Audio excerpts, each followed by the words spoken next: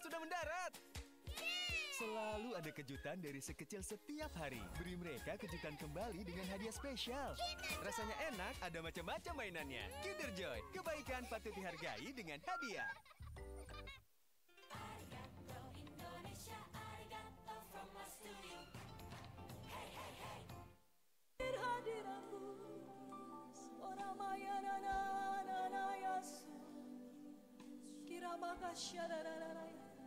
Mari bebaskan roh kita untuk menyembah dimanapun Anda duduk. Sore hari ini sembah Dia. Ora makasya na na na na na na.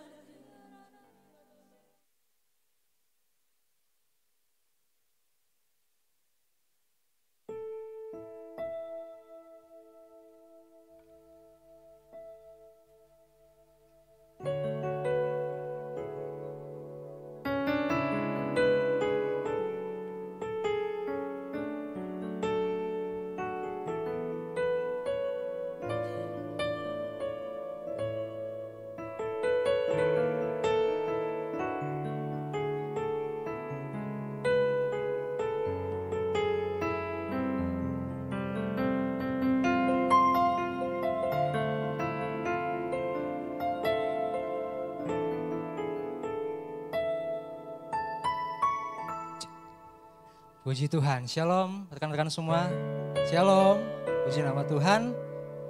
Pada saat malam hari ini kita akan datang untuk menyembah dan memuji Tuhan, amin. Amin.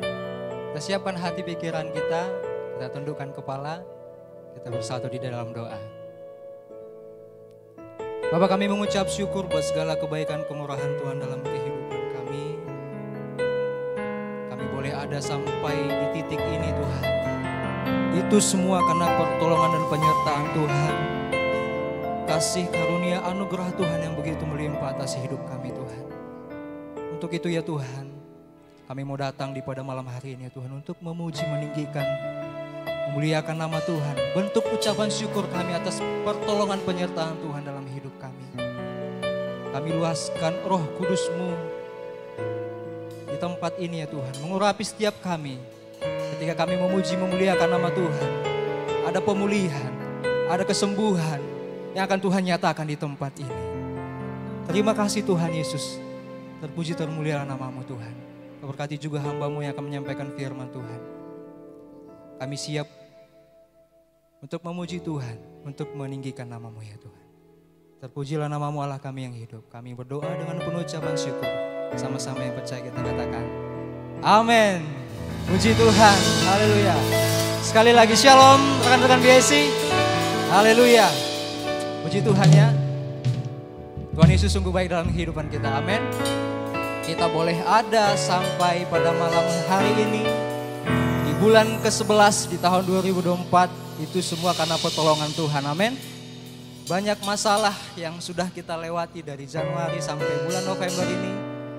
Itu kita boleh lalui, itu semua karena pertolongan penyertaan Tuhan, amin. Ada satu pujian yang sangat memberkati saya secara pribadi teman-teman. Pujian ini ditulis oleh seorang yang berasal dari Ambon. Ada yang berasal dari Ambon di sini? Ada nggak kira-kira yang dari Ambon? Jadi pujian ini berkata begini. Setiap masalah ada masa kadaluarsanya. Setiap masalah ada masa kadaluarsanya. Masalah itu biasa teman-teman. Tetapi biarlah Tuhan yang luar biasa. Amin. Haleluya. Kita mau angkat pujian ini sama-sama. Setiap masalah ada masa kadaluarsa. Masalah itu biasa. Tuhan yang luar biasa. Saya perlu gelisah. Beta percaya Tuhan setia. Tersenyumlah, tertawalah, bergembira berikan tepuk tangan kemuliaan bagi Tuhan. Saya undang semua kita bangkit berdiri, kita mengangkat pujian ini. Haleluya. Amin.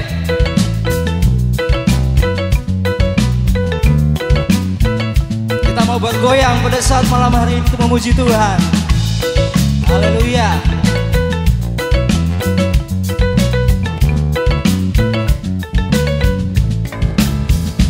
Tersenyumlah hai semua, tinggalkan segala beban masalah, bersukacitalah senantiasa, bernyanyi dan bertepuk tangan. 1, 2, 3 dan 4, tato bergoyang ikut irama. Putar ke kiri, hey, putar ke kanan, hey, hati senang di dalam Tuhan. Setiap masalah ada masa kadaluarsa. Masalah itu biasa, Tuhan yang luar biasa. Seperti gelisah, beta percaya Tuhan setia. Tersenyumlah, tertawalah, bergembira, puji Tuhan. Haleluya. Kita mau tersenyum bergembira bagi Tuhan. Amin. Haleluya. Tersenyumlah hai semua, tanggalkan segala beban masalah, bersukacitalah senantiasa, bernyanyi dan bertepuk tangan. 1, 2, 3 dan 4, katong bergoyang ikut irama. Putar ke kiri, hey, putar ke kanan, hey, hati senang di dalam Tuhan.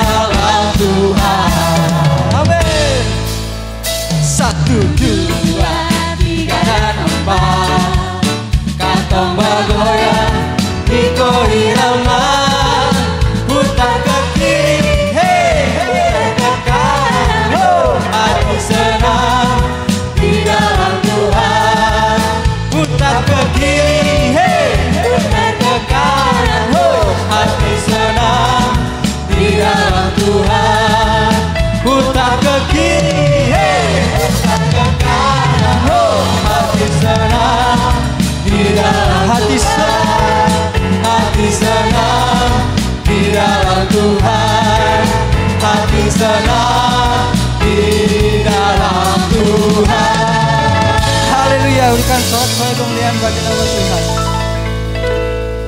Bersukacitalah senantiasa, amin. Amin. Karena setiap apapun masalah yang kita alami, yang kita lewati, tidak melebihi dari kekuatan kita, amin teman-teman. Saya persilakan untuk kembali duduk.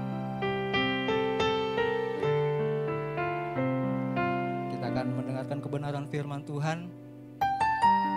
Siapkan hati pikiranmu. Biarlah firman yang akan kita dengar sebentar akan menguatkan kita kembali agar setiap masalah, setiap problem yang kita alami kita boleh lalui bersama-sama dengan Tuhan, amin. Kita mau satukan hati kita mau nyatakan bahwa hanya Yesuslah satu-satunya kekuatan yang kita andalkan dalam kehidupan kita. Engkau Tuhan yang setia Bapa. Amin.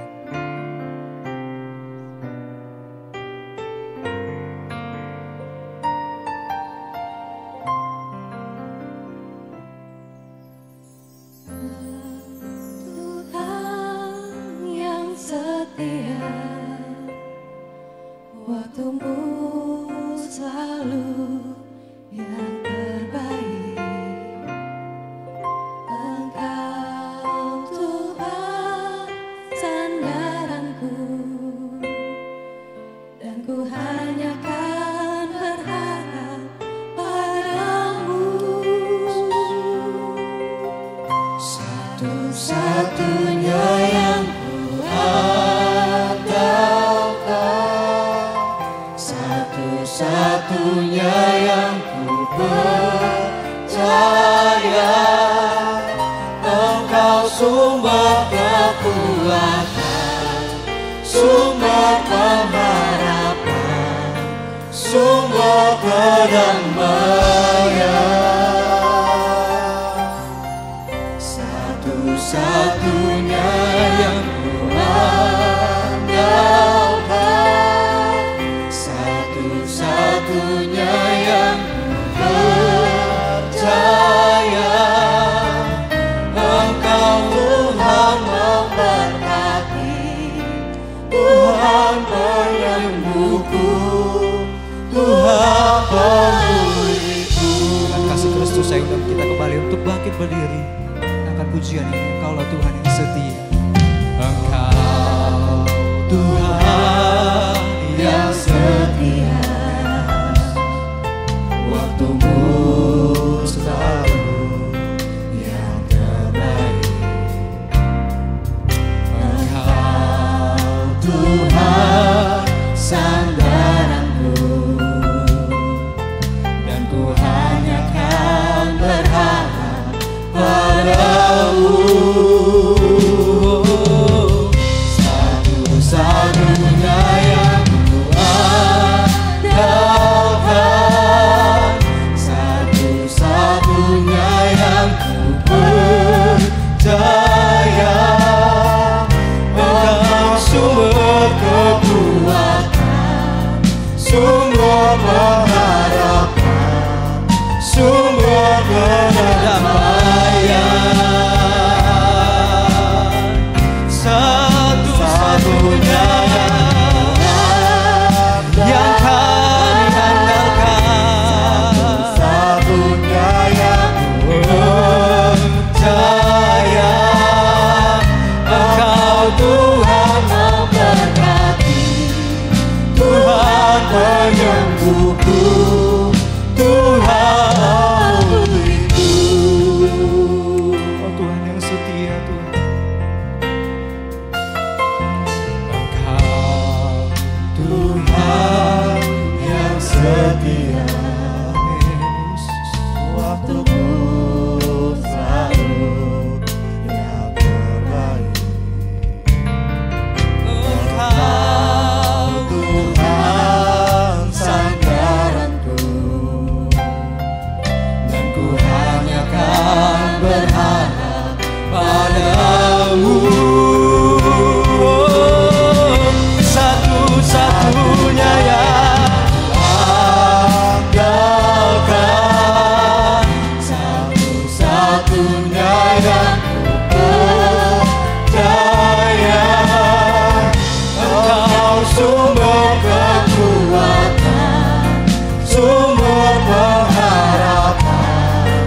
sumber kedamaian,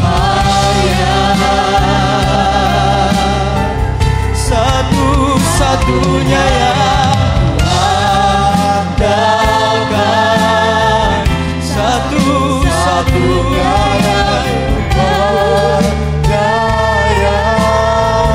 Engkau Tuhan memberkati, Tuhan penyembuhku, Tuhan pemulih. Engkau Tuhan, Engkau Tuhan memberkati, Tuhan penyembuhku, Tuhan pemulih. Engkau Tuhan memberkati, Engkau Tuhan memberkati, Tuhan penyembuhku, Tuhan pemulihku.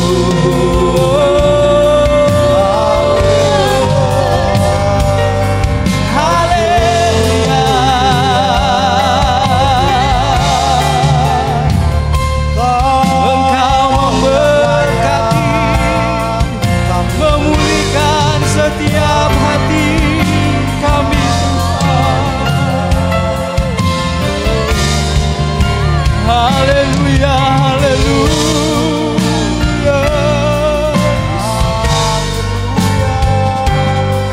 Kau sumber kekuatan kami, Tuhan.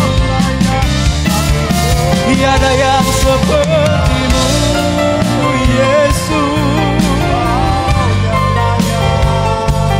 Haleluya, haleluya, haleluya, haleluya, haleluya. Haleluya, haleluya, haleluya.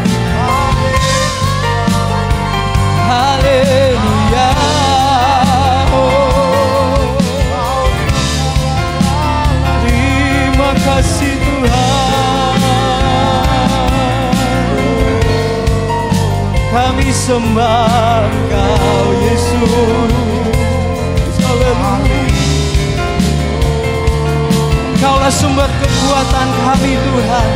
Engkau perisai dalam hidup kami, Yesus. Haleluya. Haleluya.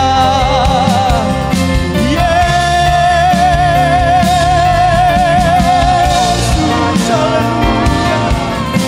Kami sembah Raja di atas segala raja. Haleluya. Haleluya. Haleluya.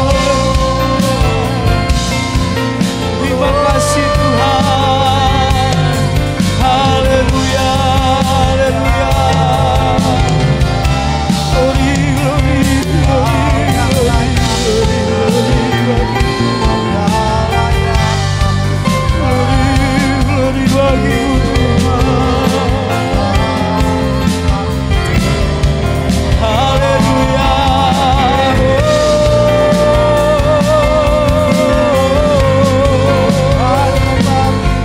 Haleluya. Terima kasih. Oh, nyatakan kuasa-Mu di tempat ini, Tuhan. Melawat setiap hati kami. Haleluya, haleluya, Yesus. Haleluya, haleluya, haleluya, haleluya, haleluya, haleluya, haleluya. Haleluya, haleluya, haleluya, haleluya. Yesus. Haleluya.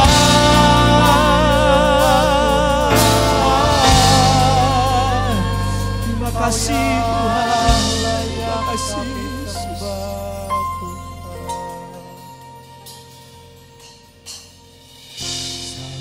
Satu-satunya yang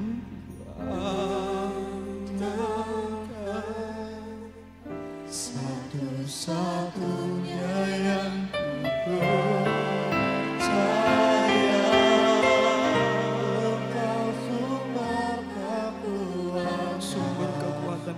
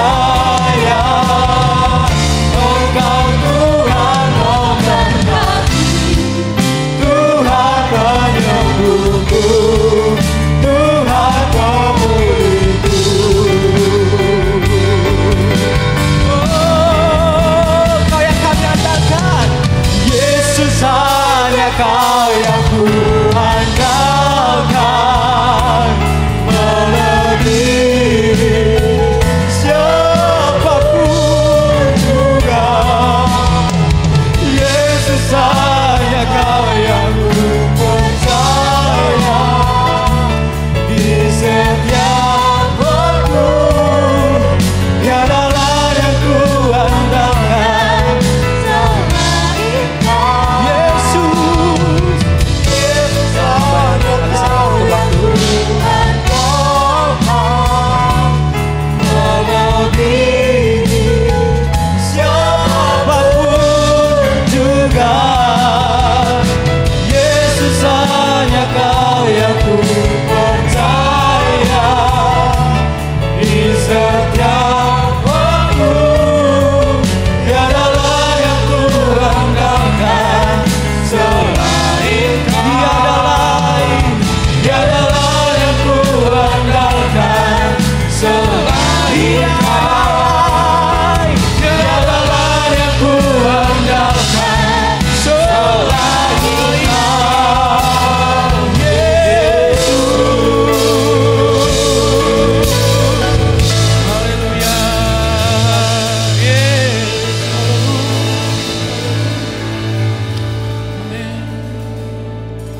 Ini pernyataan iman kami Tuhan, bahwa Engkaulah satu-satunya yang kami andalkan dalam hidup kami. Tidak ada hal lain Tuhan selain Engkau saja. Engkaulah penolong kami, Engkaulah pembebas kami, Engkaulah yang memulihkan hidup kami, Engkaulah yang menyembuhkan kami, Engkau yang melepaskan kami dari segala beban hidup kami. Terima kasih buat sore hari ini Tuhan. Kami boleh ada di tempat ini kembali untuk memuji, meninggikan, menyembah Engkau. Dan saat ini Tuhan kami ingin dengar firman-Mu Tuhan. Biarlah Engkau berbicara kepada kami melalui firman-Mu ini Tuhan. Terima kasih Bapa, kami menyerahkan waktu ini sepenuhnya hanya kepada Roh Kudus yang akan memberikan penjelasan, pencerahan dalam hati dan pikiran kami. Terima kasih Tuhan, dalam nama Yesus kami berdoa. Amin. Silakan duduk kembali saudara-saudara yang dikasihi Tuhan. Selamat malam. Shalom. Ya. Senang sekali hari ini bisa ikut beribadah bersama dengan saudara-saudara semua. Ibadah dewasa muda. Bless Impact Community. Komunitas ya yang berdampak, yang menjadi berkat. Nah hari ini kita akan membahas sebuah tema yang saya beri judul Merobohkan Tembok Kemustahilan. Ya, merobohkan tembok kemustahilan. Ya banyak dari kita pasti pernah mengalami ya di depan kita ada sebuah tantangan yang berat, ada sebuah masalah yang berat, sehingga kadang-kadang kita takut, kadang-kadang kita nggak tahu harus bagaimana menghadapi masalah yang berat itu. Seperti seolah-olah ada tembok yang menghadang jalan kita. Nah hari ini kita akan belajar dari firman Tuhan. Apa yang harus kita lakukan ketika kita ada dalam situasi seperti itu. Jalan kita sepertinya seolah-olah tertutup. Tembok yang besar menghadang di depan kita. Bagaimana kita harus melakukannya. Nah, saya akan membahas firman Tuhan hari ini dari Yosua pasal yang ke-6. Kita akan sama-sama mengeksposisi dari kitab Yosua pasal yang ke-6. Apa yang kita pelajari dari kitab Yosua pasal yang ke-6? Ada 5 hal. Ini saya ambil dari Bible Commentary David Guzik. Dia bilang yang pertama kita bisa belajar dari Yosua pasal yang ke-6 itu adalah tentang iman. Yang kedua tentang ketaatan. Yang ketiga tentang keberanian. Yang keempat tentang endurance, daya tahan. Dan yang kelima tentang kepercayaan, trust. Nah 5 hal itu yang dapat kita pelajari dari kisah tentang bagaimana bangsa Israel merubuhkan tembok Yeriko. Nah itu yang kita akan pelajari pada malam hari ini. Nah sebelum bangsa Israel berhadapan dengan tembok Yeriko, mereka telah mempersiapkan diri. Untuk masuk ke Kanaan mereka telah mempersiapkan diri. Saudara tentu tahu bahwa bangsa Israel itu adalah mereka pernah diperbudak di Mesir selama ratusan tahun. Dan Tuhan membebaskan mereka melalui Musa. Dan lalu mereka tiba di dekat tanah Kanaan, tanah perjanjian yang Tuhan janjikan kepada nenek moyang mereka, Abraham, Ishak dan Yakub. Dan ketika mereka ingin masuk ke tanah Kanaan, ada beberapa hal yang mereka lakukan sebelum mereka menghadapi bangsa-bangsa yang menguasai tanah Kanaan pada waktu itu. Yang pertama, Tuhan memberikan janji kepada Yosua supaya dia menguatkan hatinya dan selalu memperkatakan firman Tuhan. Jadi persiapan yang pertama untuk bisa meruntuhkan tembok Yeriko, ya kita harus jadi kuat dan mentaati firman Tuhan. Nah yang kedua, kita harus punya visi kemenangan dan menghindari mentalitas belalang. Ya, jadi di dalam Yosua 1 ayat 3 sampai 5, Tuhan memberikan visi itu kepada bangsa Israel bahwa mereka akan masuk ke tanah perjanjian dan mengalahkan bangsa-bangsa yang ada di situ. Ayat 3 katakan, setiap tempat yang akan diinjak oleh telapak kakimu, kuberikan kepada kamu seperti yang telah kujanjikan kepada Musa. Dan di Yosua pasal 2, Yosua mengirim kembali pengintai untuk menyelidiki tanah Kanaan itu. Dan ini adalah pengintaian yang kedua kali. Pengintaian yang pertama kali terjadi di Bilangan pasal 13. Dan kita tahu ceritanya, 12 orang yang dikirim Musa, 10 itu ketakutan dan memberikan berita yang negatif. Hanya 2 orang yang punya iman, yaitu Yosua dan Kaleb. Nah, kembali Yosua mengirim pengintai sebelum mereka menaklukkan Kanaan. Supaya apa? Supaya mereka bisa mengalahkan mentalitas belalang. Mentalitas belalang itu maksudnya, aduh saya nggak bisa apa-apa. Saya ini lemah. Tantangan di depan saya begitu berat. Saya itu seperti belalang. Orang Israel pada waktu itu melihat dirinya seperti belalang. Berhadapan dengan orang-orang Kanaan keturunan raksasa yang sangat tinggi dan besar. Nah, Tuhan mau mereka mengalahkan mentalitas itu. Yang ketiga, mereka disuruh melangkah dengan iman untuk menyeberangi sungai Yordan dan menghindari mentalitas korban. Itu ada di kisahnya di Yosua pasal 3. Jadi mereka ketemu dengan sungai Yordan itu tantangan yang pertama. Dan Tuhan berkata bahwa seberangi itu dan mujizat terjadi. Lalu memberikan semua kemuliaan kepada Tuhan dan menghindari mentalitas orang hebat. Setelah mereka menyeberangi sungai Yordan, Yosua mendirikan tugu peringatan di sungai Yordan itu. Batu-batu yang ditumpuk 12 melambangkan 12 suku Israel. Tujuannya adalah supaya mereka mengingat, bangsa Israel dan keturunannya mengingat bahwa mereka bisa menyeberangi sungai Yordan bukan dengan kekuatan mereka sendiri. Tapi tangan Tuhan yang menolong mereka. Tuhan yang menyebabkan air sungai Yordan itu bisa terbelah dan mereka bisa berjalan di daratan yang kering menyeberangi sungai itu.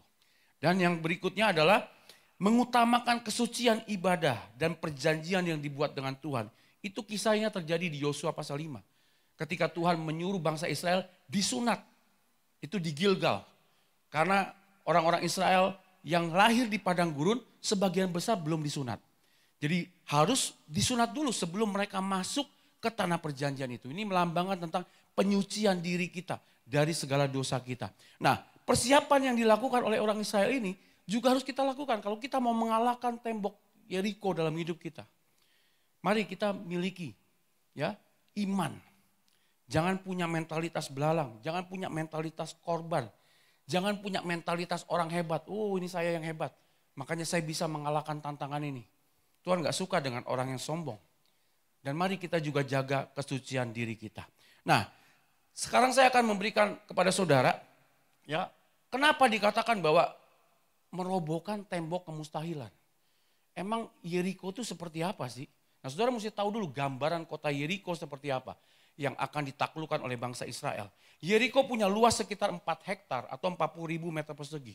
Cukup besar sekali, ya. Dan kota ini menjadi simbol kekuasaan dan kekuatan militer. Mereka adalah sebuah bangsa yang sudah terorganisir. Punya kekuatan militer yang hebat. Sementara bangsa Israel itu bangsa budak. Yang baru keluar dari Mesir. Latihan perang mereka ya selama di padang gurun melawan orang Amalek begitu. Ya. Nah, jadi mereka bukan sebuah bangsa yang terorganisir begitu.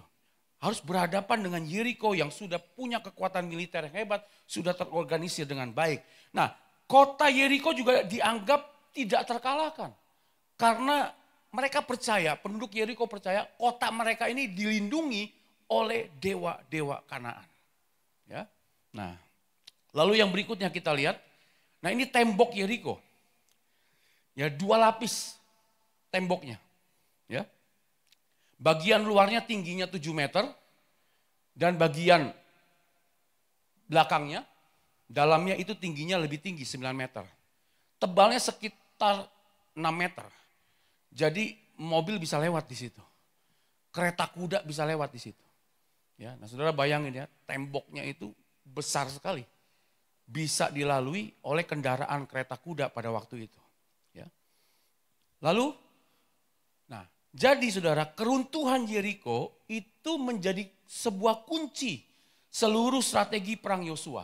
Karena hal itu akan menunjukkan keunggulan Allah Israel atas dewa-dewa Kanaan dan memastikan penaklukan Kanaan. Dengar, ketika engkau menghadapi tembok dalam hidupmu, Tuhan mau ya engkau mengalahkan itu. Supaya apa? Supaya orang bisa melihat penyertaan Tuhan dalam hidupmu. Amin. Jadi walaupun tembok Yeriko besar, tapi memang Tuhan sengaja mengarahkan orang Israel ke depan tembok itu. Supaya tembok itu diruntuhkan. Karena kalau tembok itu runtuh, mental semangat orang-orang Kanaan lainnya. Di Kanaan itu banyak sekali suku-suku bangsanya. Ya, itu pasti akan down. Mereka akan lemah sekali semangatnya. Karena apa? Karena kota Yeriko yang begitu hebat, militernya hebat, dan dipercaya kota itu dijaga oleh dewa-dewa Kanaan, bisa dikalahkan oleh orang Israel. Nah jadi saudara, kunci mengalahkan Yeriko ini adalah kunci strategi Israel untuk menaklukkan seluruh Kanaan. Semakin besar tantangan yang kau hadapi dalam hidupmu, semakin besar tembok yang kau hadapi.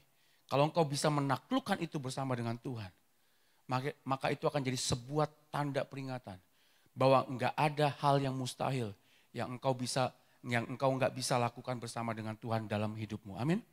Nah, jadi hari ini mari kita lihat apa yang harus kita lakukan. Apa yang diperlukan untuk merubuhkan tembok Yeriko ini. Yang pertama, janji Tuhan tentu. Berfirmanlah Tuhan kepada Yosua, Yosua 6 ayat 2, ketahuilah aku serahkan ke tanganmu Yeriko ini beserta rajanya dan pahlawan-pahlawannya yang gagah perkasa. Dalam terjemahan bahasa Indonesia kurang jelas. Dalam terjemahan King James Version dikatakan di situ, and the Lord said unto Joshua, see, I have given into thine hand Jericho. Jadi kalau saya terjemahkan secara bebas, sebetulnya ayat itu berkata, aku telah menyerahkan ke dalam tanganmu. Jadi bukan aku serahkan ke tanganmu, tapi aku telah serahkan. Jadi kemenangan itu sudah jadi milikmu. Nah itulah janji Tuhan kepada Yosua dan orang Israel. Bahwa Yeriko itu sudah aku serahkan ke dalam tanganmu. Yeriko itu sudah dikalahkan. Engkau tinggal terima aja gitu. Nah saudara, kalau engkau mau mengalahkan tembok kemustahilan dalam hidupmu, pegang janji Tuhan dalam hidupmu. Amin. Nah, dari mana kita tahu janji Tuhan? Dari mana? Dari Alkitab. Enggak ada cara lain. Ya, dari Alkitab. Bisa juga dari nubuat. Mungkin ada pendeta yang nubuatin saudara. Atau dari khotbah seperti ini. Di hari Minggu, di ibadah, hari Kamis. Saudara dengar firman Tuhan, wah firman Tuhan ini betul-betul tepat menjawab permasalahan saudara. Itu bisa jadi janji Tuhan juga. Tapi saudara harus cek ke dalam firman Tuhan. Segala khotbah, nubuat yang saudara dengar, saudara harus periksa ke dalam firman Tuhan. Jadi sumber janji Tuhan itu ada dalam firman Tuhan. Nah, kita nggak mungkin bisa meruntuhkan tembok kemustahilan dalam hidup kita kalau kita berjalan dengan kekuatan kita sendiri. Saudara harus miliki janji Tuhan. Amin.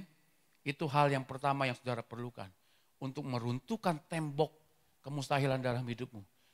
Miliki janji Tuhan dalam hidupmu. Yang kedua, ya, miliki strategi atau cara Tuhan. Enggak bisa pakai cara kita, enggak bisa pakai cara manusia, enggak bisa pakai pengalaman perang melawan Amalek dulu, enggak bisa dipakai untuk mengalahkan Yeriko. Tuhan kasih strategi yang baru kepada Joshua.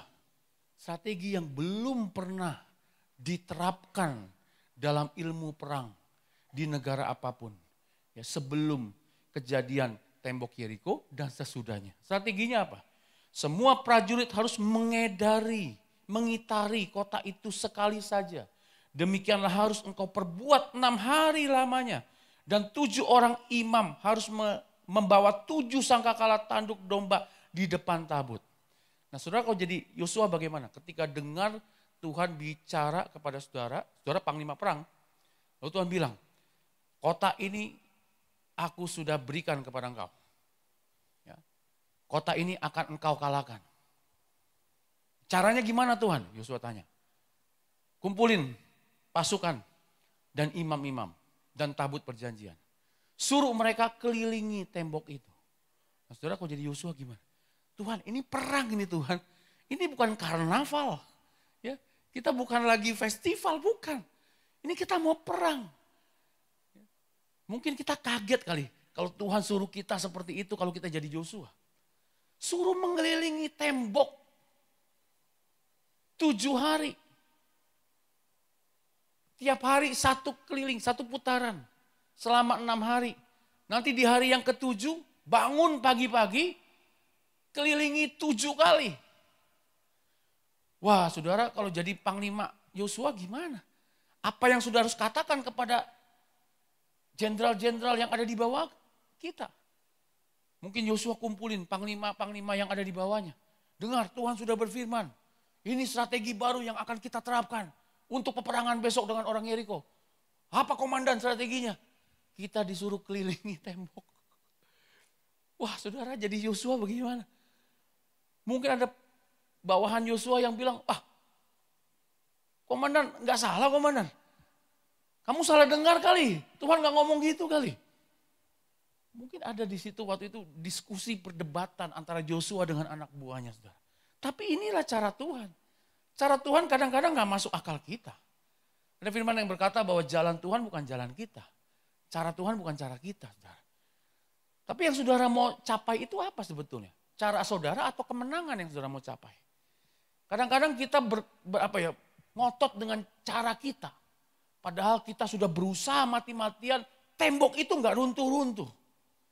Kita udah pakai cara berbagai macam. Ada di dalam perjanjian baru kisah tentang wanita yang punya sakit pendarahan 15 tahun. Mungkin wanita ini orang kaya.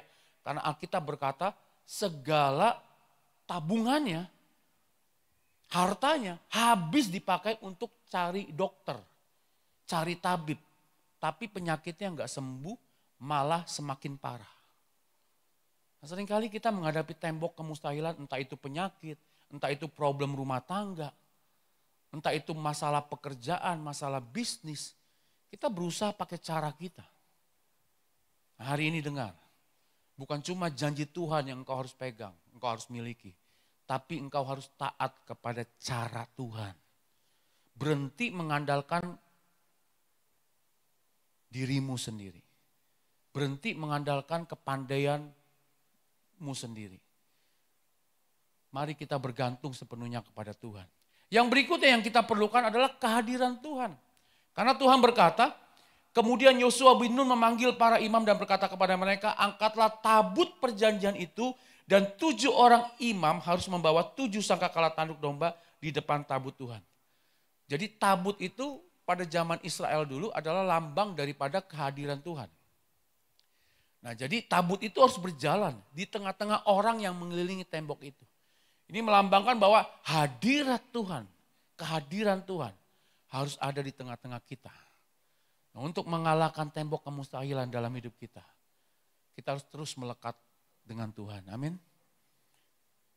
Hadirat Tuhan harus ada dalam hidup kita. Nah, kenapa sih Tuhan suruh Yosua pakai cara seperti ini?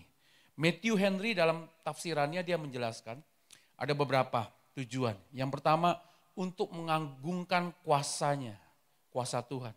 Yang kedua untuk mendatangkan hormat ke atas tabutnya. Yang ketiga untuk memberikan penghormatan kepada para imam.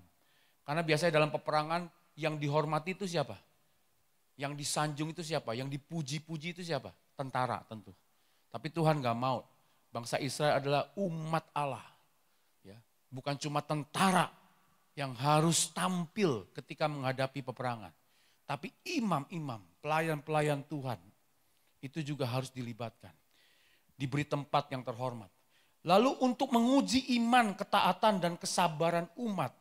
Dan untuk membangkitkan pengharapan bangsa Israel. Jadi posisinya itu seperti ini. Ya. Ada 4 ya, kelompok. Jadi mereka mengelilingi tembok itu. Yang paling depan adalah pasukan bersenjata, nomor 1 ya. Pasukan yang bersenjata itu artinya orang-orang Israel yang memang terlatih berperang. Jumlahnya nggak banyak. Ada yang memberi penafsiran orang Israel mengelilingi tembok Yeriko itu sekitar 40.000 orang. Jadi bukan seluruh bangsa Israel. Ya, perempuan-perempuan nggak ikut kelilingi tembok. Ya, nah perempuan-perempuan bisa duduk manis di rumah. Ya, nah tapi yang mengelilingi itu adalah mereka yang bisa perang. Dan juga mereka yang usianya itu bisa perang tapi bukan tentara. Nah itu di barisan paling belakang. Jadi yang paling depan itu tentara yang memang terlatih berperang.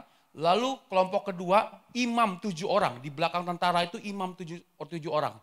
Ya, ngapain tugasnya? Tiup sangkakala.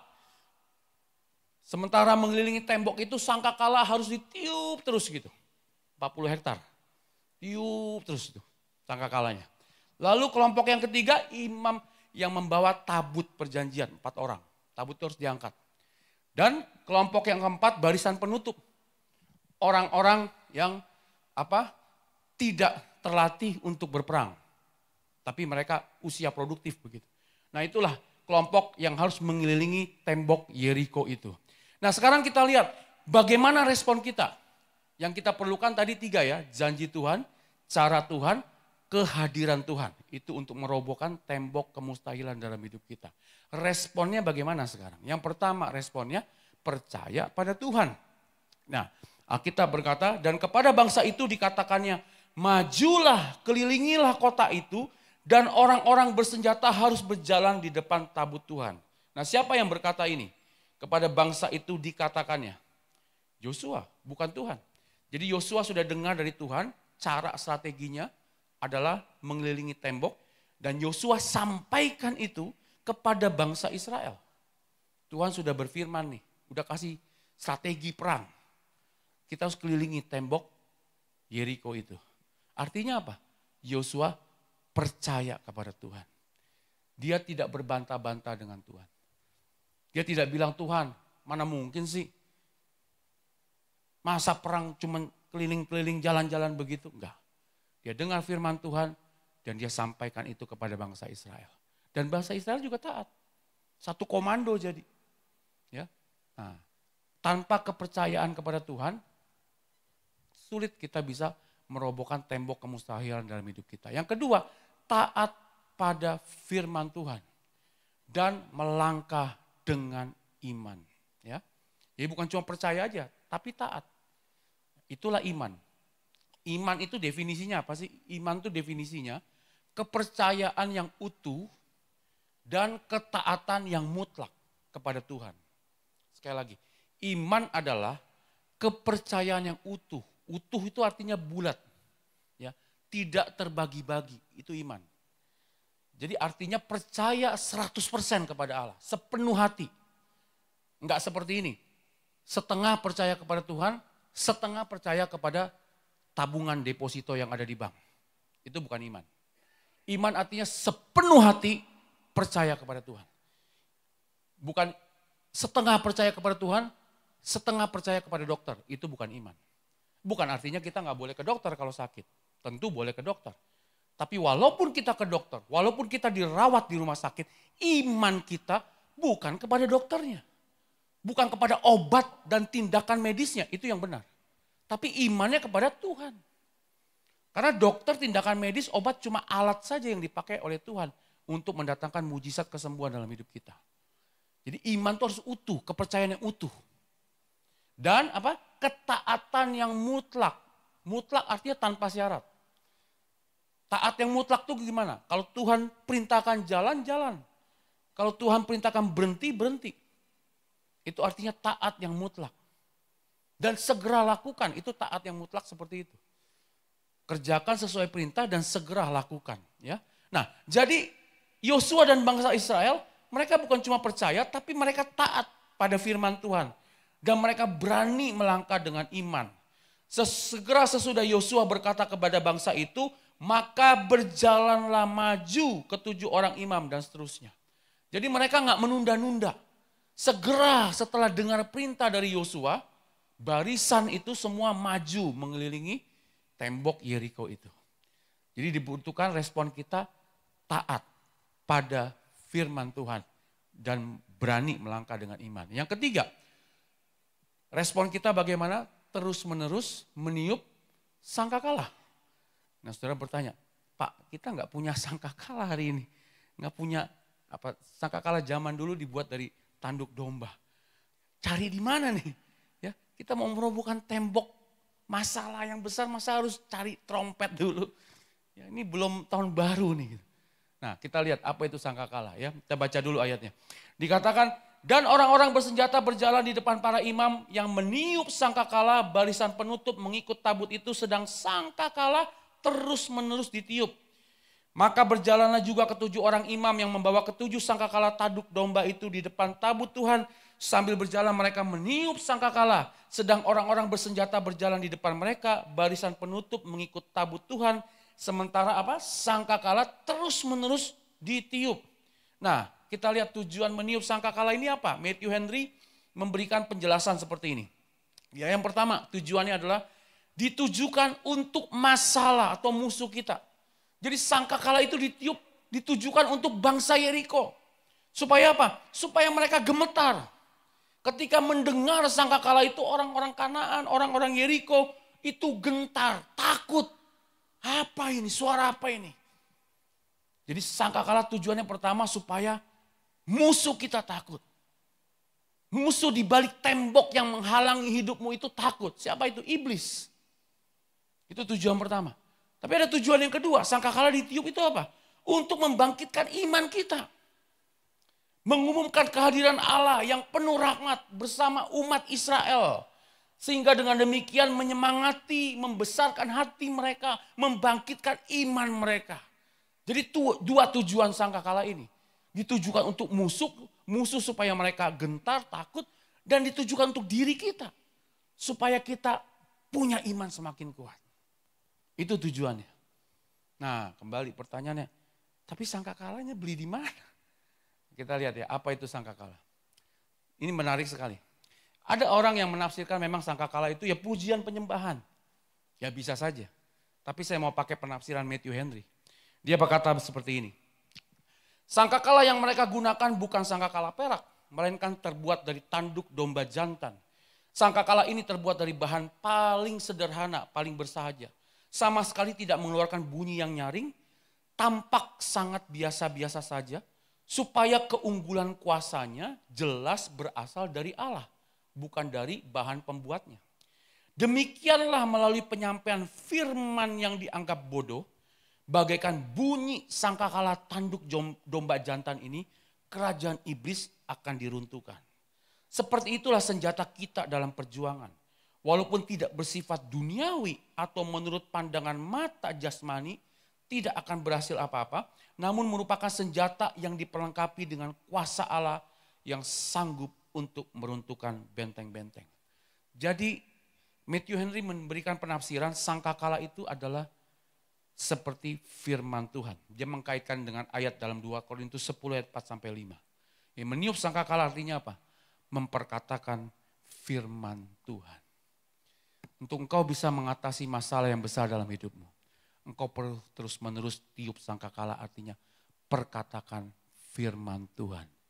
Janji Tuhan yang engkau terima dari Tuhan itu, engkau ucapkan itu terus-menerus. Tujuannya dua tadi, supaya membuat musuh gemetar, iblis gemetar, dan yang kedua supaya imanmu bangkit. Amin. Ya, maka harus setia baca firman Tuhan, renungkan firman Tuhan. Karena dari situ kita dapat janjinya yang kita perlukan untuk merobohkan tembok. Dan yang kedua, janji itu kita ucapkan terus. Sementara kita kelilingi masalah kita atau tembok kita itu. Supaya iman itu bangkit, saudara. Ya, jadi saya sarankan kepada saudara-saudara, ya, baca firman Tuhan setiap hari, temukan janji Tuhan.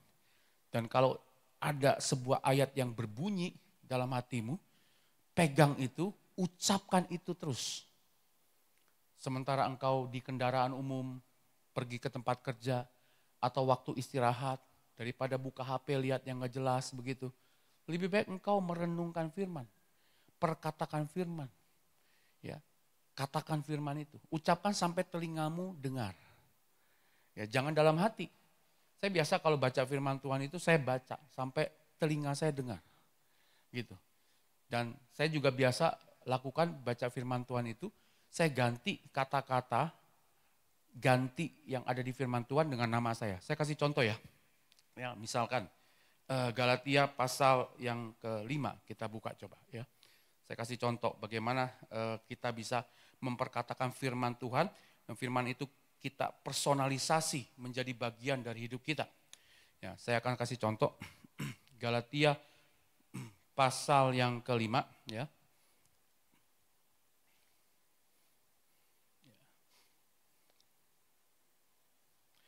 Ayat 24. Saya bacakan dari Alkitab TB2 ya. Galatia 5 ayat 24 bunyinya begini. Mereka yang menjadi milik Kristus Yesus telah menyalibkan daging dengan segala hawa nafsu dan keinginannya. Nah, kalau kita baca ini ya itu sepertinya firman Tuhan itu enggak jadi bagian kita gitu. Karena disebutnya mereka. Mereka itu siapa ya? Termasuk kita di dalamnya tentu gitu. Tapi sepertinya apa hubungannya mereka dengan saya ya? Nah, jadi saya biasanya kalau baca firman Tuhan itu ya, saya ganti kata merekanya. Timothy yang menjadi milik Kristus Yesus telah menyalibkan daging dengan segala hawa nafsu dan keinginannya. Jadi kata mereka itu saya ganti dengan nama saya. Itu namanya saya personalisasi firman Tuhan itu. Sehingga menjadi bagian dalam hidup saya. Nah, jadi praktek seperti ini dahsyat saudara. Ya.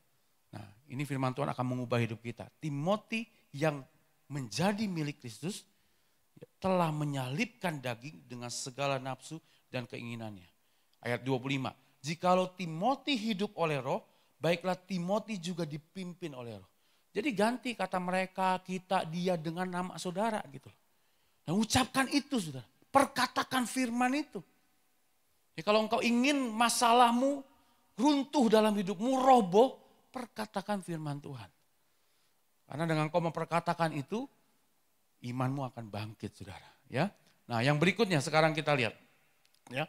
Apa yang berikutnya respon kita? Menjaga perkataan. Tapi Yosua telah memerintahkan kepada bangsa itu demikian. Jangan bersorak dan jangan perdengarkan suaramu sepatah kata pun. Jangan keluar dari mulutmu sampai pada hari aku mengatakan kepadamu bersoraklah maka kamu harus bersorak. Nah, tujuan menjaga perkataan apa? Matthew Henry memberikan penjelasan seperti ini. Seluruh rakyat diperintahkan untuk diam, tidak boleh mengucapkan sepatah kata atau bersuara sedikit pun, supaya mereka bisa lebih memperhatikan atau mendengar bunyi sangkakala yang penuh hikmat itu. Jadi saudara, ketika menghadapi masalah yang berat, ya kunci mulutmu, jangan ucapkan kata-kata negatif, kata-kata yang melemahkan imanmu. Aduh bodoh memang aku ini. Kenapa ya aku kemarin ambil itu? Makanya gara-gara aku ambil itu akhirnya aku terlibat utang yang besar. Jangan saudara. Ya, itu akan melemahkan imanmu. Ya.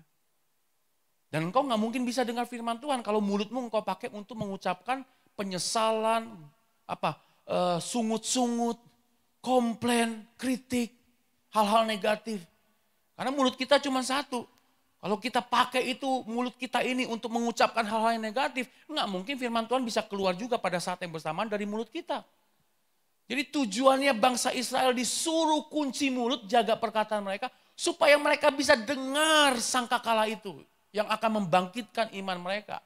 Kalau mereka sementara mengelilingi tembok, sibuk gosip, ngobrol kiri kanan, gimana mereka bisa dengar suara sangkakala? Padahal sangkakala itu ditiupnya cuma oleh 7 orang iman. Dan barisan itu total jumlahnya kurang lebih 40.000 orang. Sudah bayangin ya, 7 imam doang yang meniup sangkakala dan sangkakala itu bunyinya juga gak gede karena dari tanduk domba. Sedangkan orang yang mengelilingi tembok itu 40.000 orang. Jadi kalau gak diem, hening, gak mungkin bisa dengar, apalagi yang barisan paling belakang. Gak bisa dengar sangkakala itu. Saudara. Sama dalam hidup kita juga gitu.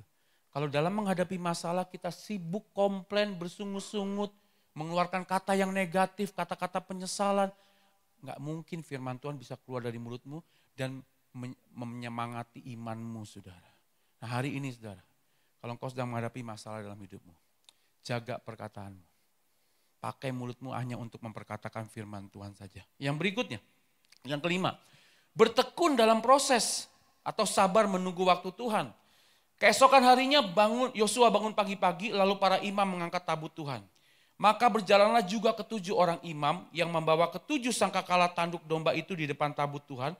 Sambil berjalan mereka meniup sangkakala, sedang orang-orang bersenjata berjalan di depan mereka, barisan penutup mengikut tabut Tuhan, sementara sangkakala terus-menerus ditiup. Demikianlah pada hari kedua mereka mengelilingi kota itu sekali saja, lalu mereka pulang ke tempat perkemahan, dan begitulah dilakukan mereka 6 hari lamanya. Ya, mereka taat pada proses, saudara. Walaupun membosankan, menjenuhkan. Tiap pagi bangun cuma kelilingin tembok, nggak boleh ngomong sepatah kata pun. Tapi mereka taat pada proses, saudara. Hari ini, saudara, ya, lihat masalah dalam hidupmu sebagai proses Tuhan untuk mengangkat engkau lebih tinggi lagi. Amin. Ya. Kadang-kadang Tuhan izinkan masalah yang berat terjadi dalam hidup kita. Supaya apa? Supaya ketika kita mengalahkan masalah itu, hidup kita enggak sama lagi. Contoh Daud. Daud menghadapi masalah terberat dalam hidupnya apa? Goliat. Dan ketika Daud mengalahkan Goliat bersama dengan Tuhan tentu, hidup Daud enggak sama lagi. Dia langsung diangkat jadi mantunya Saul dan ditunjuk menjadi salah satu panglima tentaranya Saul, saudara. Hari ini jangan takut menghadapi masalah yang berat dalam hidupmu. Karena Tuhan sedang membawa engkau untuk naik level. Amin. Sama kita sekolah juga gitu kan. Ya, untuk bisa lulus naik kelas, ya, harus ikut ujian. Ya. Dan ujian yang terberat kalau zaman dulu saya ada Eptanas atau ujian nasional. Itu ujian yang berat. Paling berat.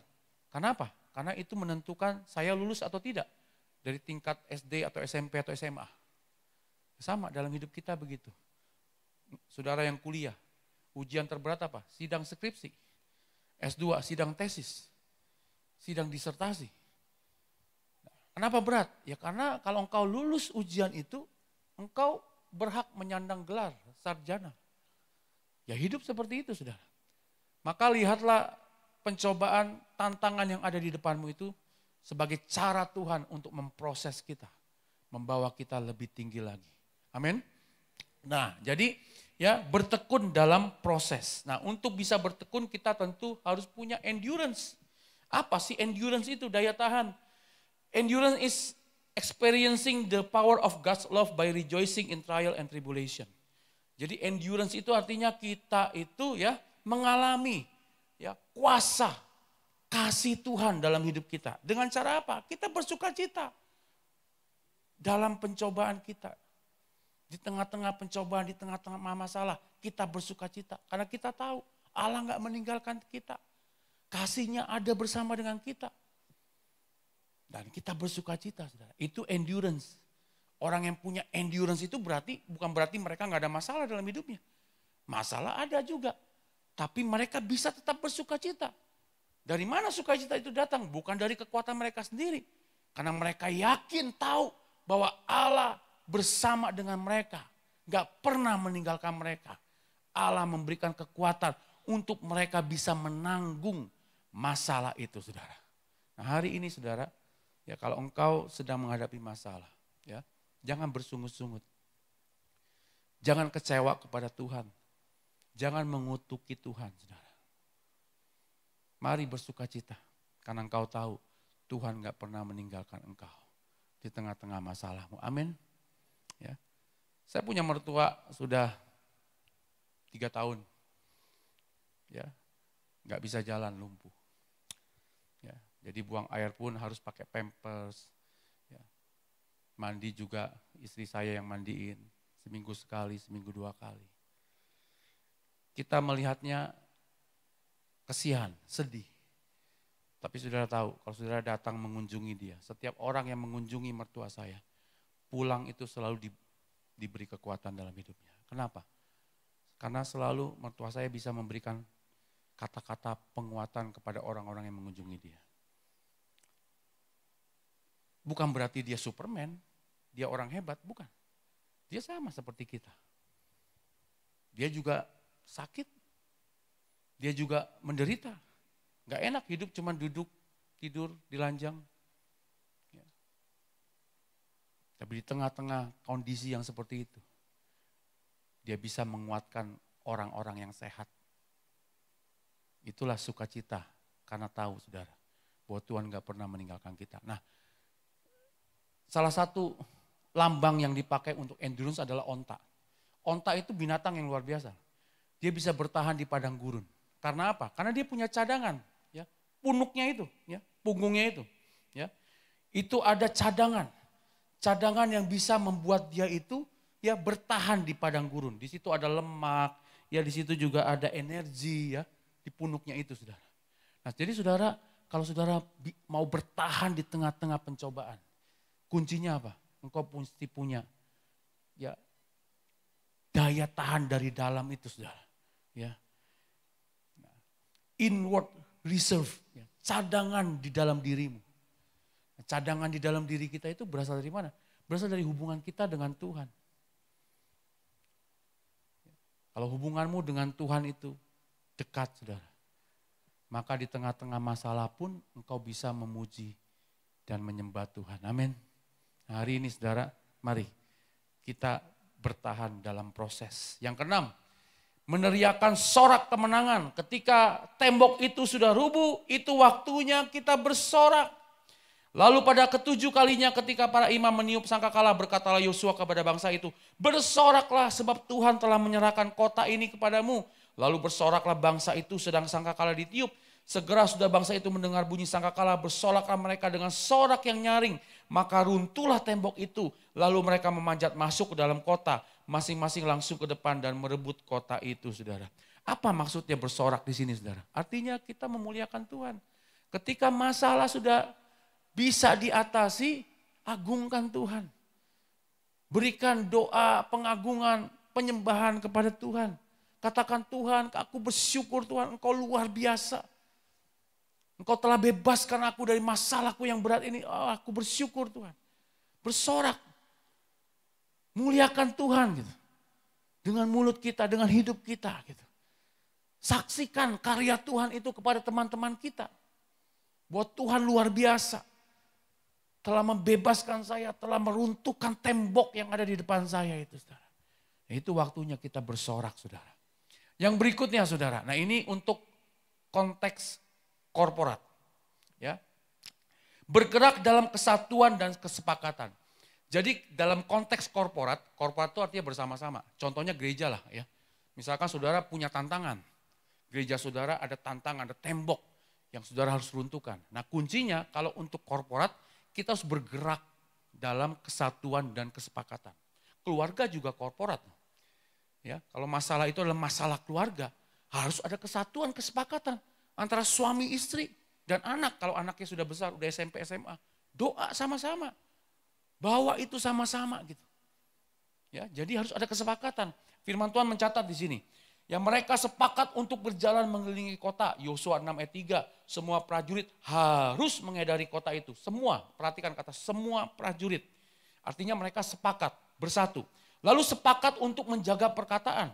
Sepakat untuk bertekun dalam proses. Yosua 6 14. Dan begitulah dilakukan mereka 6 hari lamanya. Mereka artinya semua. Ya. Lalu sepakat untuk bersorak. Yosua 6 ayat 5. Haruslah seluruh bangsa bersorak dengan sorak yang nyaring. Sepakat, saudara. Jadi dalam konteks korporat perlu ada respon sepakat dan bersatu menghadapi tembok penghalang itu. Amin.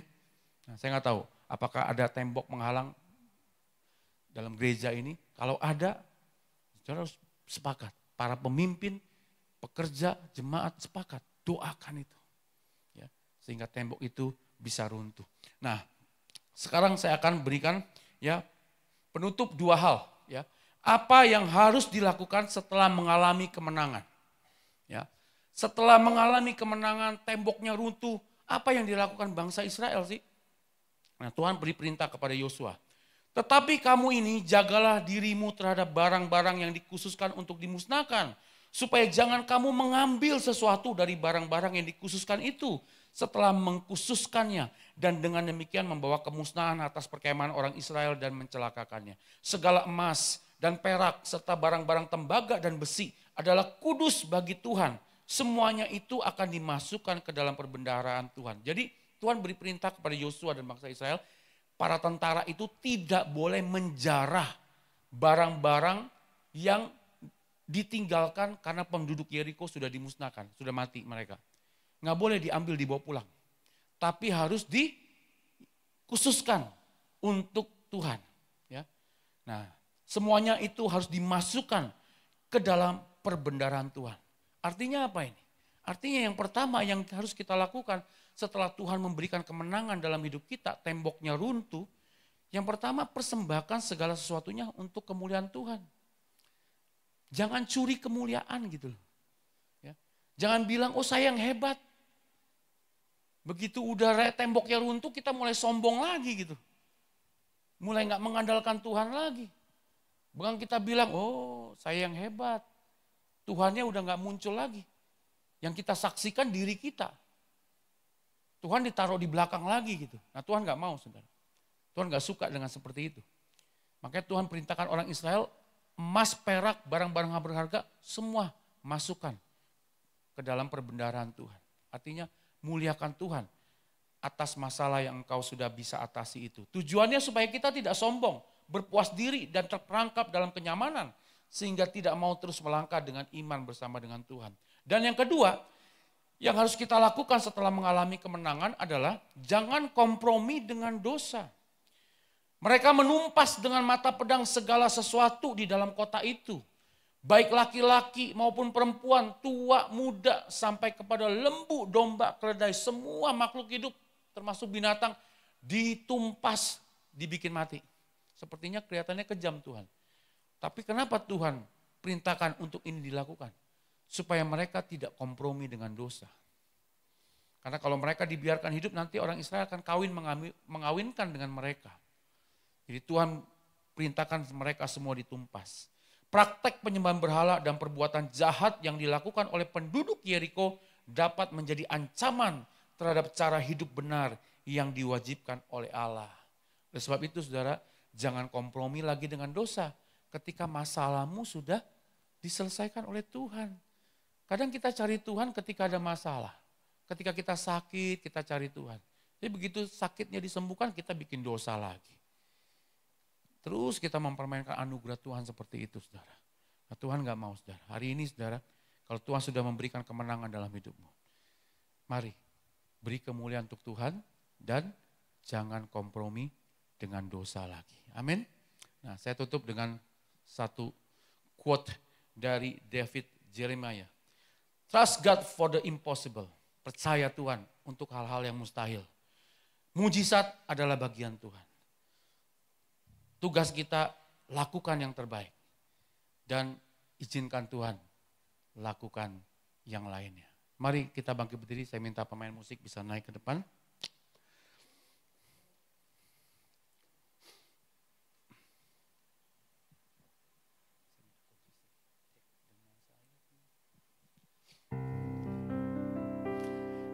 Hari ini saya nggak tahu apa keadaan saudara semua. Apakah saudara sedang menghadapi tembok yang berat? Apakah saudara sedang menghadapi sungai Yordan yang menghalangi hidupmu untuk mencapai potensi yang ada di depanmu? Mungkin kau menghadapi penyakit atau hutang atau problem dalam hubungan dengan suami, dengan istri, dengan orang tua, dengan anak, atau dengan bosmu, atau masalah bisnis, atau masalah apapun juga yang kau lihat itu adalah seperti tembok yang besar, seperti tembok Yeriko. Kau melihat itu, kau takut, kau gentar, kau merasa kau gak bisa menghancurkannya. Karena itu sangat berat sekali. Saya pernah ada dalam kondisi seperti itu. Kondisi yang betul-betul putus asa. Kondisi yang betul-betul membuat kita menjadi tidak berdaya. Tapi hari ini dengar firman Tuhan berkata, Allah bersama dengan engkau. Allah tidak pernah meninggalkan engkau. Bahkan masalah adalah sebuah proses yang Tuhan taruh dalam hidupmu. Supaya engkau bisa naik kelas.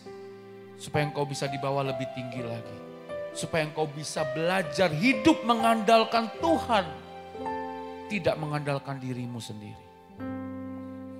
Jangan takut dengan masalah. Selama engkau bersama dengan Tuhan. Tidak ada masalah yang mustahil dapat diselesaikan. Percaya pada Tuhan, pada janji Tuhan. Percaya pada metode, cara Tuhan.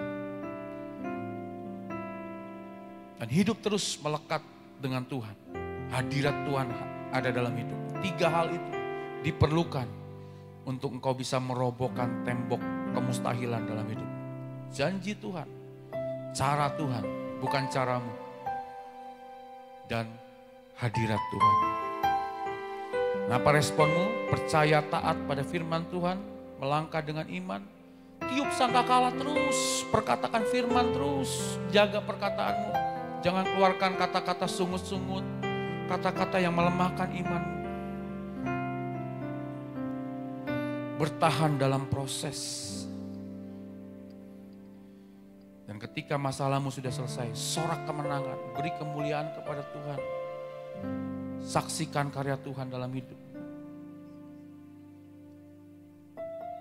Tuhan, kami bersyukur Tuhan, punya Allah yang setia, Allah yang gak pernah meninggalkan kami.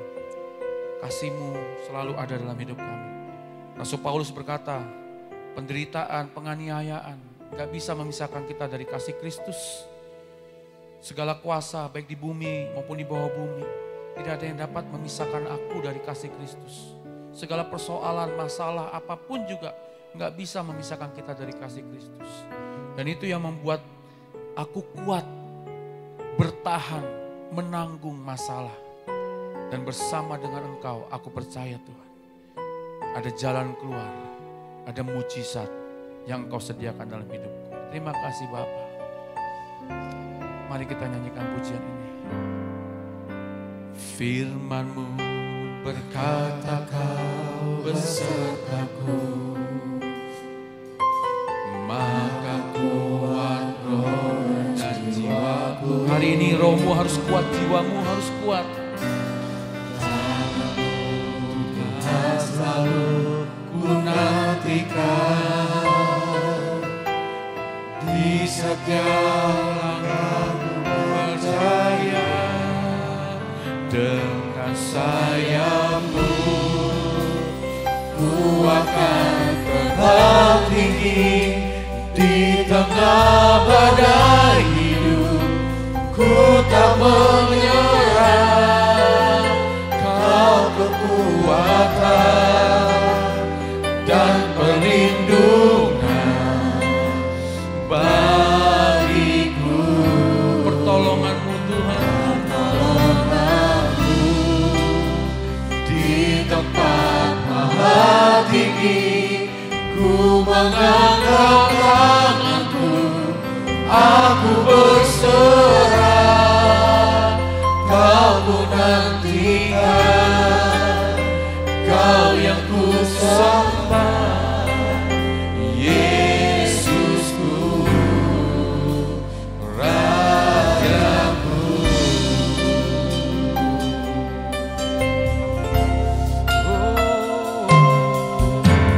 Firman-Mu berkata Kau besertaku. Ya, Dia besertamu, Dia gak pernah tinggalkan engkau. Di tengah-tengah badai hidup yang besar, Dia ada menyertaimu. Tangan-Mu Tuhan selalu ku nantikan, di setiap langkahku ku percaya, dengan sayap-Mu ku akan terbang tinggi di tengah badai hidup. Ku tak menyerah, ya, karena Engkau beserta kami. Kami tidak menyerah Tuhan, Engkau kekuatan kami. Amin. Bagiku pertolongan-Mu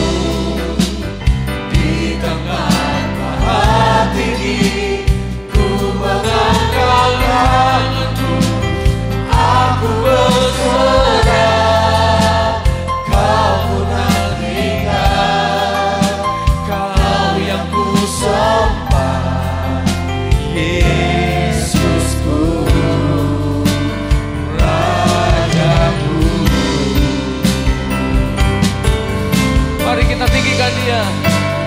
Dengan sayapmu ku akan terbang tinggi di tengah badai hidup. Ku tak menyerah, Kau kekuatannya dan perlindungan bagiku, pertolonganku di tempat maha tinggi. Ku mengangkat tangan, aku berserah, aku berserah Tuhan. Kau ku nantikan, Engkau yang ku andalkan Tuhan. Yesusku, Rajaku. Hari ini saya mau berdoa buat saudara yang sedang menghadapi masalah yang berat. Percaya bahwa Tuhan ada menyertai engkau. Kalau engkau sedang menghadapi tembok kemustahilan dalam hidupmu, apapun itu, mari engkau bisa taruh tanganmu di dada. Berharap pada Tuhan, berserah padanya, berhenti mengandalkan kekuatanmu sendiri. Andalkan Tuhan, dengar janji Tuhan, pakai cara Tuhan. Dan melekat terus dengan Tuhan. Hadirat Tuhan ada dalam hidupmu terus. Tuhan, aku berdoa hari ini Tuhan, buat setiap tangan yang ditaruh di dada. Sebagai tanda mereka sedang menghadapi masalah yang berat dalam hidup mereka. Mungkin itu masalah keuangan, masalah pekerjaan, masa depan, penyakit, masalah keluarga atau apapun juga. Engkau mengetahui semuanya Tuhan. Aku berdoa Tuhan, sebagaimana Engkau menyertai Yosua dan bangsa Israel. Sehingga mereka bisa merobohkan tembok Yeriko. Hari ini aku berdoa Tuhan. Sertai hidup mereka. Sertai hidup mereka Tuhan. Beri kemenangan dalam hidup mereka Tuhan. Sehingga mereka bisa mengalahkan masalah mereka bersama dengan Tuhan. Berikan janjimu dalam hidup mereka. Caramu, metodemu Tuhan. Sehingga mereka tahu kemana mereka harus melangkah, apa yang harus mereka lakukan Tuhan. Dan ketika kemenangan itu terjadi Tuhan, biar mereka memuliakan nama-Mu dan menjadi saksi-Mu Tuhan.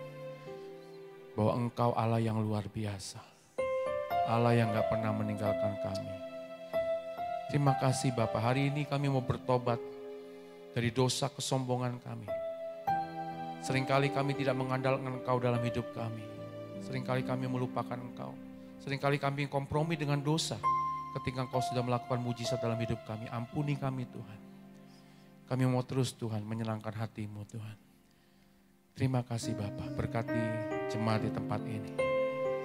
Dalam nama Yesus, amin. Silakan duduk, Tuhan berkati.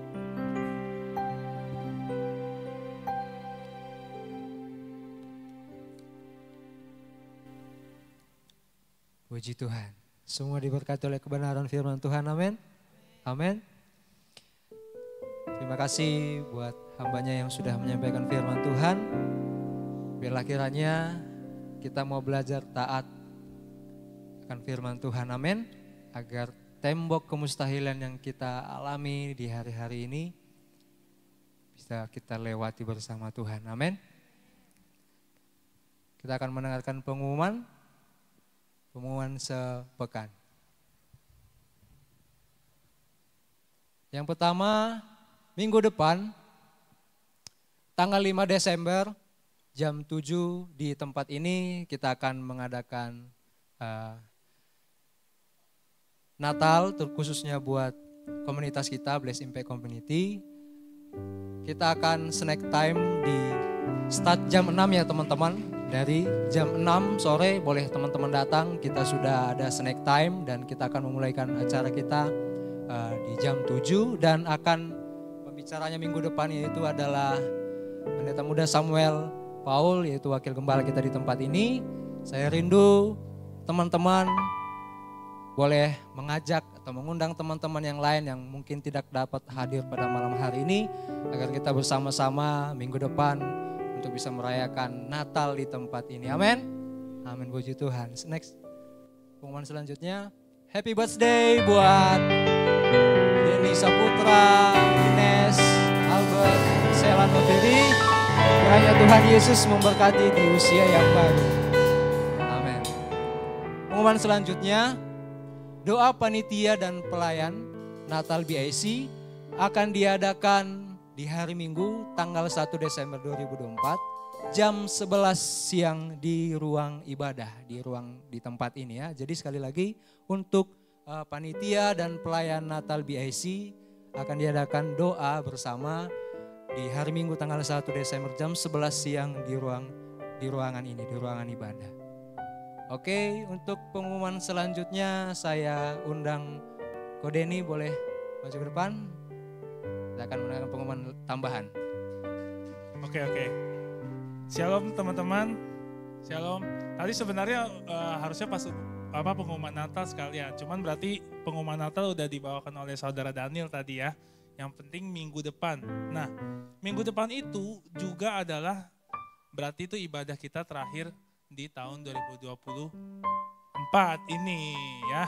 Jadi pastikan benar-benar nih minggu depan rekan-rekan BSI semua hadir, ngajak semua teman yang nggak datang, semua teman yang datang hari ini atau yang udah lama nggak datang, ajak aja semuanya untuk kita rayakan Christmas bersama-sama.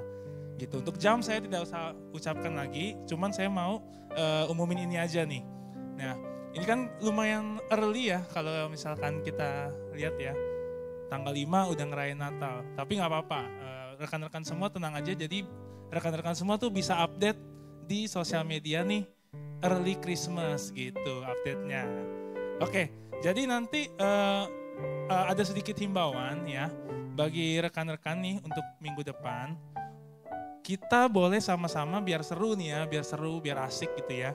Kita boleh sama-sama untuk memakai baju nuansa Natal. Apa aja contohnya? Contohnya itu mungkin merah hijau ya. Biasanya merah hijau nuansa Natal. Jadi mungkin dari kantor nggak apa-apa, kalau nggak sempet berarti dari pagi udah pakai baju merah, nggak apa-apa gitu. Dari pagi udah pakai baju hijau gitu. Kalau ditanya sama teman kantornya kemana gitu kan, ntar mau ngerayain Natal nih di BIC mau ikut nggak? Nah, misalkan gitu kan, sekalian tipis-tipis gitu. ya paling itu aja pengumuman tambahannya dan juga untuk memastikan lagi teman-teman semua hadir, minggu depan itu ada spill dikit nih ya. Spill dikit kan orang pada suka nih, mau aku spill kan nih, aku spill nih ya. Jadi spill dikit untuk minggu depan itu, kalau misalkan Natal dan Tahun Baru gitu ya, akhir tahun, itu biasa identik dengan apa? Pertama, salju boleh, terus jalan-jalan ya, boleh ya. Nah terus diskon akhir tahun 12-12 kan identik sama yang terakhir kado dan hadiah gitu. Nah salah satunya akan ada di BIC minggu depan. Nah pikirin tuh yang mungkin tuh yang mana deh gitu ya. Tadi ada kado salju, diskon sama jalan-jalan. Nah yang mungkin yang mana dah untuk minggu depan dah gitu aja. Oke, kira-kira apa? Pengen tahu minggu depan datang. Udah itu aja. Terima kasih pengumumannya, saya serahkan. Thank you Pak Den buat pengumumannya. Saya serahkan kepada Pak Rogi.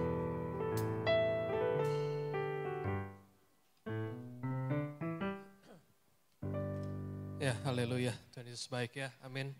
Diberkati oleh firman Tuhan pada malam hari ini. Saya secara pribadi sangat diberkati. Terima kasih Pak Timothy. Sepanjang firman saya diingetin dengan satu, jadi setiap pagi ini anak saya itu selalu pas ngantar ke sekolah setel satu lagu pujian lah. Dan di pujian itu berkata bahwa sorak-sorai kita kepada Tuhan itu bukan hanya sekedar suara, tapi sorak-sorai kita kepada Tuhan adalah senjata. Sorak-sorai yang sanggup merobohkan tembok Yeriko. Dan kita percaya ya, segala sesuatu yang kita lakukan di dalam Tuhan dan untuk Tuhan, itu luar biasa hasilnya. Oke, terima kasih Pak Timothy sekali lagi buat firman-Nya. Dan untuk Natal BIC, teman-teman, pastikan teman-teman untuk hadir ya. Seperti yang tadi Denny bawakan, undang juga teman-teman lain teman-teman kantor, teman-teman main, untuk kita sama-sama merayakan Natal di BIC. Oke, dari saya itu saja, tidak saya tambahkan lagi. Mari kita akhiri ibadah, saya undang untuk kita semua bangkit berdiri.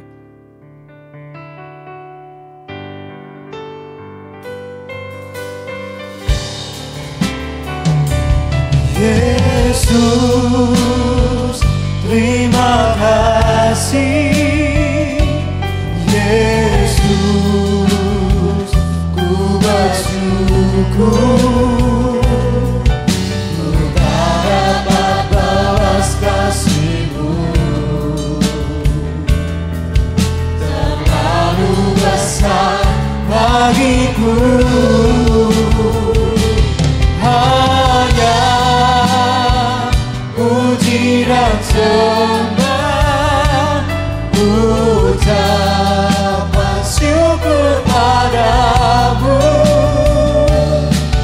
Terima kasih atas anugerah-Mu. Terima kasih, oh terima kasih Yesus. Terima kasih Yesus, ku bersyukur untuk dapat balas kasih-Mu. Terlalu besar bagiku. Hanya puji dan sembah, ucapan syukur padamu. Terima kasih atas anugerah-Mu.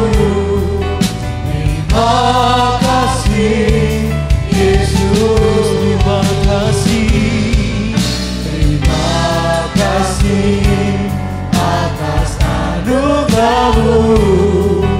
Terima kasih Yesus. Terima kasih Yesus.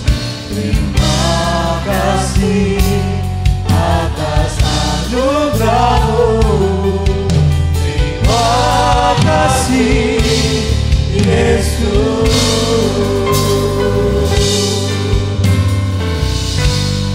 Haleluya Tuhan. Terima kasih Tuhan, segala ucapan syukur kami naikkan hanya kepadamu Tuhan. Karena Engkau sungguh luar biasa di dalam kehidupan kami Tuhan. Kami tidak bisa berbuat apa-apa di luar Engkau Tuhan. Hari ini kami mendengarkan firman-Mu Tuhan. Bahwa tiada mustahil bagimu Tuhan.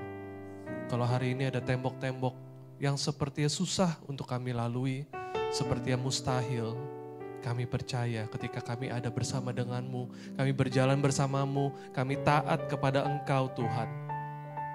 Tembok itu akan runtuh Tuhan. Dan semua itu kami persembahkan untuk kemuliaan nama Tuhan. Bukan karena kuat gagah kami, tapi karena Tuhan beserta dengan kami. Terima kasih Tuhan. Terima kasih untuk firman yang indah pada malam hari ini. Biarlah firman itu boleh merema di dalam kehidupan kami Tuhan. Bukan hanya menjadi pendengar, tapi kami boleh melakukan di dalam kehidupan kami Tuhan. Terima kasih Tuhan. Berkati Bapak Timothy yang telah membawakan firman. Biarlah Engkau pakai beliau lebih luar biasa lagi di dalam segala ladang pelayanan-Mu Tuhan. Sehingga melalui pelayanannya nama Tuhan senantiasa dipermuliakan. Terima kasih Tuhan, berdoa juga untuk gembala kami Tuhan, biarlah di umurnya yang senjai, Tuhan juga sertai kesehatannya, berikan kesehatan yang baik, sukacita, damai, sejahtera yang daripada-Mu Tuhan. Dan biarlah teladan yang begitu hebat Tuhan, setia dalam melayani Engkau Tuhan, boleh turun atas setiap daripada kami Tuhan. Kami boleh terimpartasi supaya kami boleh lebih sungguh-sungguh dalam melayani Engkau Tuhan. Terima kasih Tuhan, berdoa juga untuk wagem kami Tuhan Kosem. Biarlah Tuhan Kau berkati apapun yang dia kerjakan Tuhan. Berikan visi dan misi yang daripada-Mu Tuhan. Sehingga beliau boleh membawa gereja ini lebih lagi berkenan di hadapan-Mu Tuhan. Lebih banyak lagi jiwa-jiwa yang datang ke tempat ini Tuhan. Dan semuanya dipersembahkan untuk kemuliaan nama-Mu saja Tuhan. Terima kasih Tuhan, berikan kesehatan terutama kepada matanya Tuhan. Kami percaya Engkau telah pulihkan dengan sempurna Tuhan.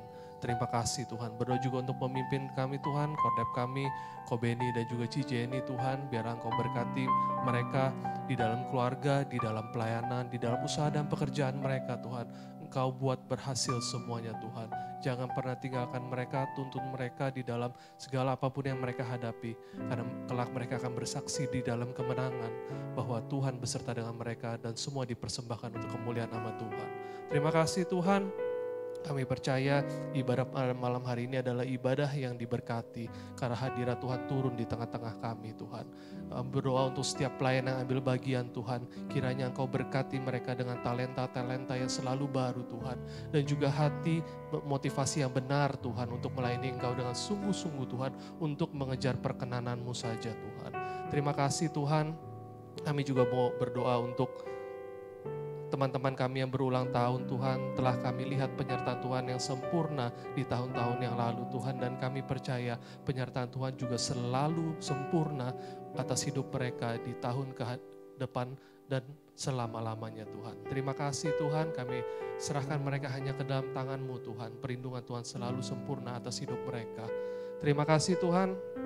Kami juga mau berdoa untuk persembahan yang jemaat-Mu bawa Tuhan. Biarlah ini boleh berkenan di hadapan-Mu Tuhan. Karena mereka telah memberikan yang terbaik bagi Engkau Tuhan. Dan biarlah ketika mereka menabur sesuai dengan janji Tuhan, mereka juga akan menuai Tuhan. Terima kasih Tuhan, biarlah persembahan ini boleh digunakan untuk memperluas kerajaan-Mu dan berguna untuk pekerjaan-pekerjaan-Mu di gereja ini Tuhan. Terima kasih Tuhan. Terima kasih kalau Engkau telah mengantarkan kami di tempat ini untuk mendengarkan firman-Mu yang begitu indah Tuhan. Sebagaimana Engkau telah mengantarkan kami, bagaimana Engkau telah mengantarkan kami di tempat ini, kami percaya Tuhan Engkau akan mengantarkan kami ke rumah kami masing-masing dalam keadaan yang sama. Dengan kasih Kristus saya undang Kosem untuk doa berkat.